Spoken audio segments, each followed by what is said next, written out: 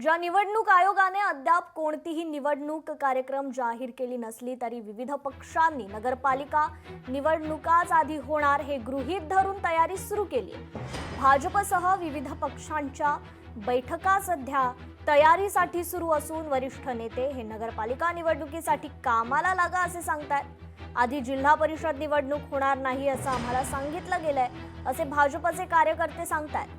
आयोगाने मात्र अजूनही नगरपालिका आधी की जिल्हा परिषद आधी याचा निर्णय केलेला नाहीये, मात्र त्यासाठीची चाचपणी सुरू केली आहे असं सूत्रांनी सांगितलंय की आयोगाने विविध जिल्हाधिकाऱ्यांकडून त्या दृष्टीने मतं मागवणं सुरू केलंय। अलीकडची अतिवृष्टी आणि महापूर यामुळे मोठं नुकसान राज्याच्या ग्रामीण भागात झालंय, त्यामुळे तिथे जिल्हा परिषद पंचायत समित्या निवडणूक लगेच घेण्यासारखी स्थिती नाहीये।